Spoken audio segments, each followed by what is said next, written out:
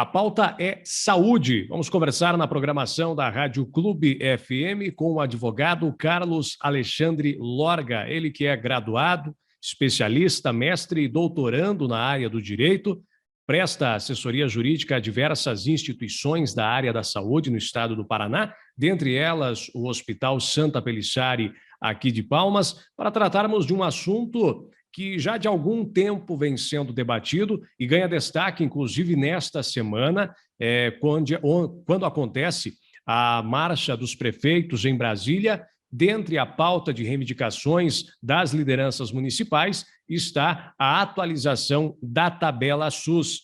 E essa atualização da tabela SUS é defendida também pelas instituições de saúde, sobretudo hospitais filantrópicos e santas casas, que vêm enfrentando já há muito tempo dificuldades financeiras e muitas dessas dificuldades ocasionadas por essa defasagem nos pagamentos pelos serviços públicos de saúde. E é sobre esse assunto que nós vamos conversar com o doutor Carlos Lorga. Doutor, obrigado pela sua presença, seja bem-vindo à programação da Rádio Clube. Muito obrigado, Guilherme, é um prazer estar falando com todos vocês, para tentar ajudar um pouco com a nossa experiência de alguns anos dentro da área da saúde, na área de gestão hospitalar também, que está invocada dentro da área do direito, justamente para tratar desse tão importante assunto que é de interesse também da comunidade de Palmas, é interesse da comunidade da região sudoeste, até porque o hospital daí é um hospital de referência intermunicipal,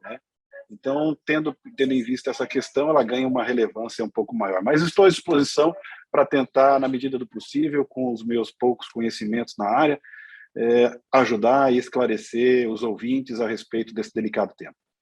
Pois doutor, o que acontece, o que está acontecendo com a área da saúde, por que os hospitais, sobretudo hospitais filantrópicos, santas casas, estão enfrentando tantas dificuldades nesse momento? Esse é um processo que não vem de hoje, mas, vamos dizer assim, ele chegou ao ponto da gota d'água no copo que transbordou, Já é um processo da ausência de políticas públicas, de gestões, inclusive, anteriores, dentro da questão da saúde, e que vem remunerando muito mal os hospitais, não vem cobrindo os custos assistenciais da prestação de serviços de saúde, principalmente nos hospitais de pequeno porte, que a gente chama os hospitais que têm entre até 100 leitos, E, economicamente, eles têm sofrido muito com essa defasagem da tabela dos serviços que são remunerados, Então, a nível, só para explicar aos ouvintes, a tabela SUS é uma tabela que estabelece lá um rol de procedimentos, E cada procedimento desse tem um determinado valor. Essa tabela, a última atualização dela ocorreu há 15 anos atrás, E eu acho que ninguém mais experiente do que a própria população saber que durante o tempo, inclusive agora em função desse período próximo de pandemia que nós ainda estamos atravessando, o nosso dinheiro corroeu.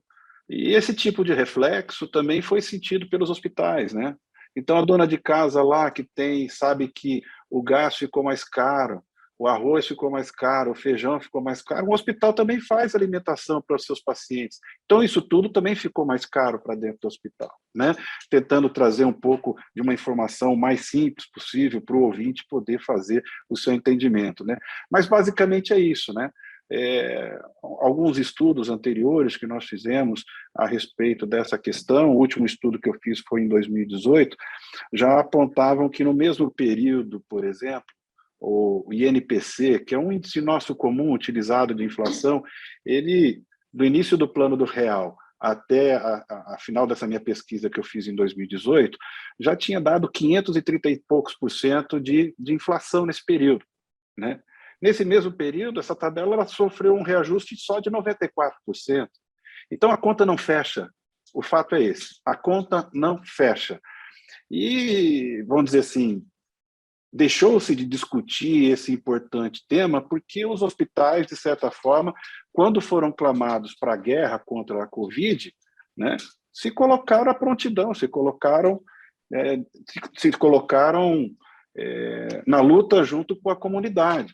Só que agora, com o arrefecimento, né, a gente tem que voltar para a pauta ordinária, né? E a pauta ordinária demanda, nesse momento, falar e discutir sobre financiamento dos hospitais públicos, dos hospitais filantrópicos e das Santas Casas.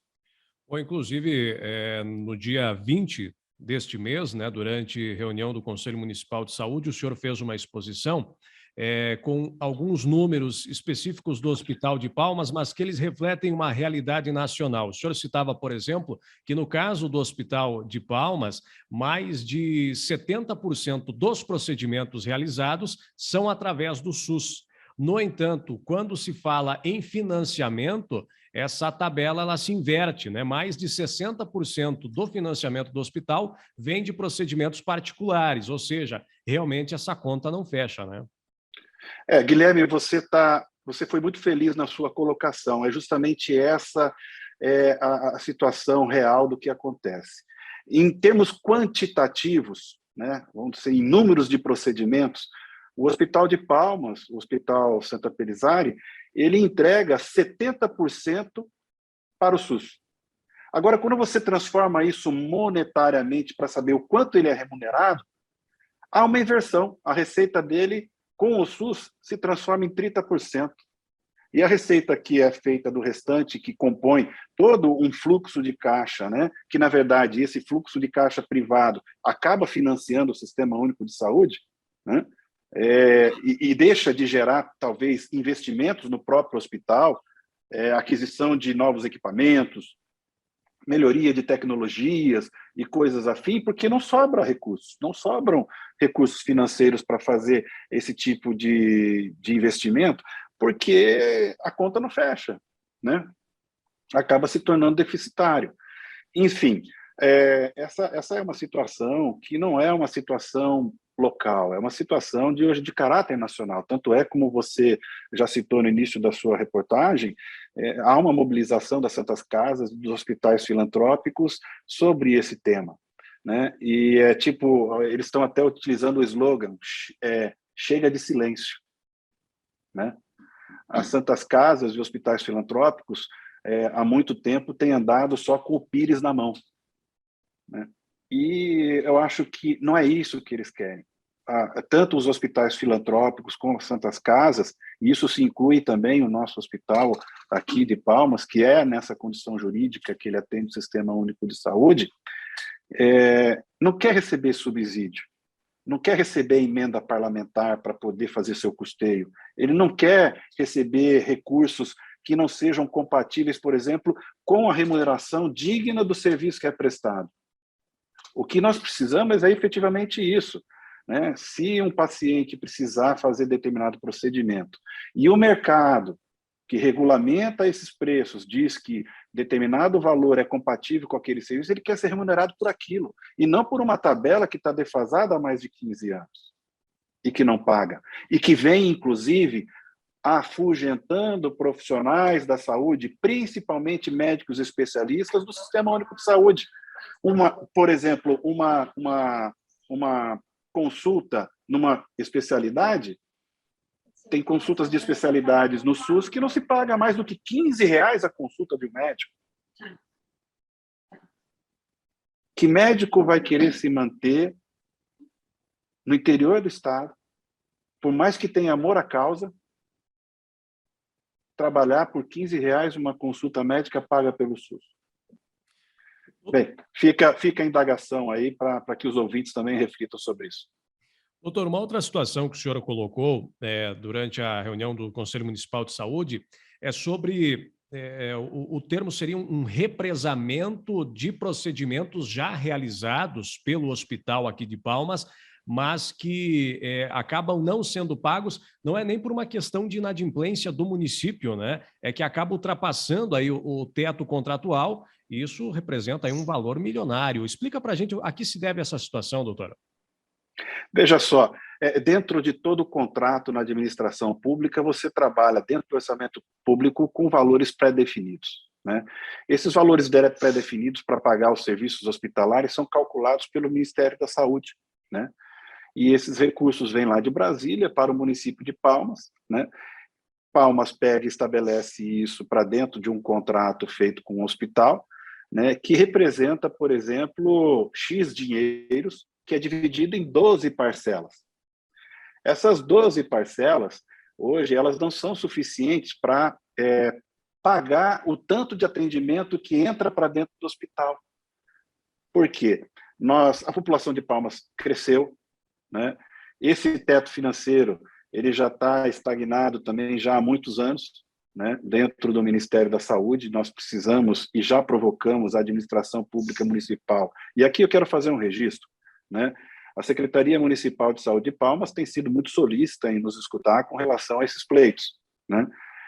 Nós estamos trabalhando tecnicamente em conjunto para chegar a essas soluções. Eu acho que isso é importante deixar frisado, né? Mas nós, enquanto hospital, e pensando na comunidade palmense, nós não podemos deixar de não externar essa preocupação, porque esse orçamento, quando fica estagnado, ele provoca um efeito de represamento das guias de autorização de internação hospitalar. Dentro dessa guia é que, por exemplo, lá a dona Maria, o seu João, o seu José, quando vai ser atendido e internado no hospital, ali contém tudo que foi feito nele, todos os insumos que ele consumiu, os serviços de saúde e médicos que foram prestados. No final dessa guia, é calculado um valor, e esse valor vai lá para dentro desse sistema de acordo com essa tabela SIGTAP. Se isso nós estivéssemos em condições normais, num passado de quase 10 anos atrás, essa conta fechava no nível de atendimento. Mas acontece que a população aumentou. Hoje o hospital atende mais pessoas, nós temos mais profissionais de saúde contratados, nós temos mais enfermeiros, mas não porque nós tínhamos defasagem disso ou que não precisávamos, porque mais pessoas precisam do atendimento do hospital. Então, ou seja, aumentou o volume de trabalho, aumentou o volume de atendimento. E você ainda tem um determinado volume represado dentro desse contrato. Nós estamos estudando aí vamos contar também com a colaboração da Procuradoria do município, né, em tentar adequar um pouco o formato desse contrato administrativo para que a gente tenha um pouco mais de flexibilização, né, na medida em que o hospital razoavelmente seria mais interessante ele receber pela quantidade de serviços que presta. E não, por exemplo, quando é atingido um teto, até não pode ser feito isso, e não é feito isso, quando se atinge aquele teto, suspender serviços. Isso é inconcebível. Isso, de certa forma, jamais poderia ocorrer, seja em Palmas ou seja em qualquer outra cidade do território nacional. Isso até não se justificaria. Então, o que a gente está pleiteando e iniciamos tratativas com a administração municipal é nesse sentido, né,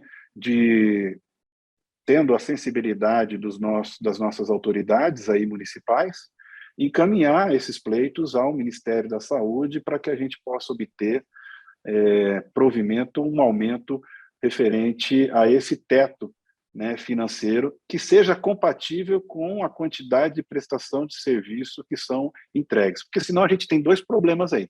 Um, da estagnação desse teto, e dois, a remuneração ruim, né? Ou seja, no caso de Palmas, potencializaria o colapso do atendimento hospitalar. E é isso que a gente previamente está tentando evitar, que a gente chegue numa situação de colapso. Isso não podemos mais admitir. Doutor, teria mais ou menos, não sei se o senhor teria esses números em mãos, né? Qual seria esse teto mensal que o Hospital de Palmas teria para fazer atendimento e o quanto que ele realiza a mais?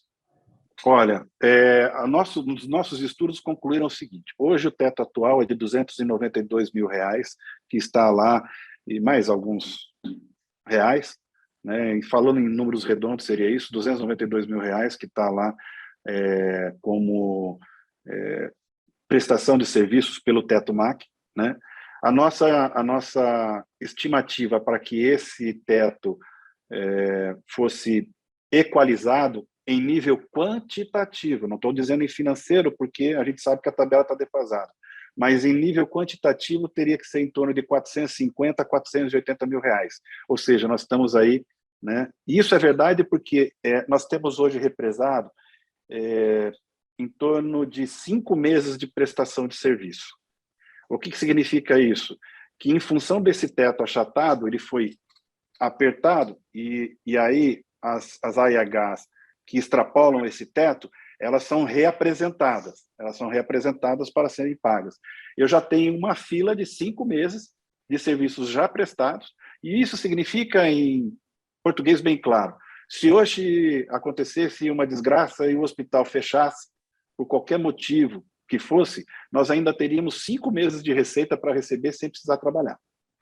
Então, veja bem, esse é o exemplo mais clássico que a gente pode mostrar para comprovar esse desequilíbrio que há nessa relação contratual, né? Mas aí nós contamos com a sensibilidade das nossas autoridades aí do município de Palmas, contamos também com o engajamento da Câmara Municipal, né, com os vereadores combativos que nós temos aí na cidade, né, para juntos a gente tentar construir uma solução para esse problema que a médio e curto prazo tende a se agravar.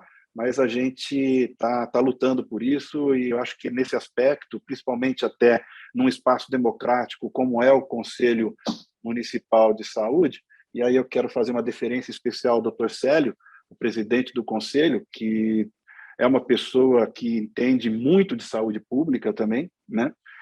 E compreendeu a mensagem que foi dada, de que todos juntos podemos tentar encontrar uma solução para ajudar o querido hospital da cidade. Doutor, quais seriam os critérios para a formalização desse teto, né? Qual seria o critério para a liberação, por exemplo, da quantidade aí de AIHs aos municípios? O que se leva em consideração? A autoridade legitimada para poder fazer o encaminhamento desses estudos técnicos e iniciar o pleito sempre é o gestor municipal. O município de Palmas, ele detém a gestão plena do Sistema Único de Saúde, ou seja, ele não precisa se atravessar através do governo do Estado do Paraná para construir os seus pleitos, mas é necessário fazer uma pactuação, e isso está estabelecido nas portarias do Ministério da Saúde, como, por exemplo, feitos os estudos técnicos devem ser apresentados à Comissão Intergestores Regional e depois para a Comissão Intergestores Bipartite, né?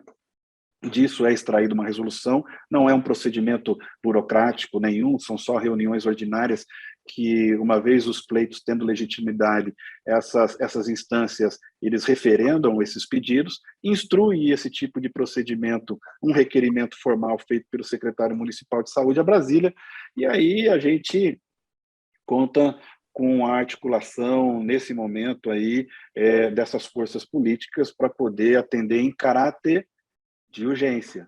Essa é a situação de Palmas, em caráter de urgência, para atender o aumento desse teto financeiro. Infelizmente, a questão não envolve apenas a parte técnica, né? Envolve também essa mobilização política em torno do assunto. Exatamente. A gente precisa, né, até nesse aspecto, Guilherme, eu não sou crítico, mas eu não digo que também sou otimista, mas nós somos seres políticos, né? O ser humano é um ser político, né?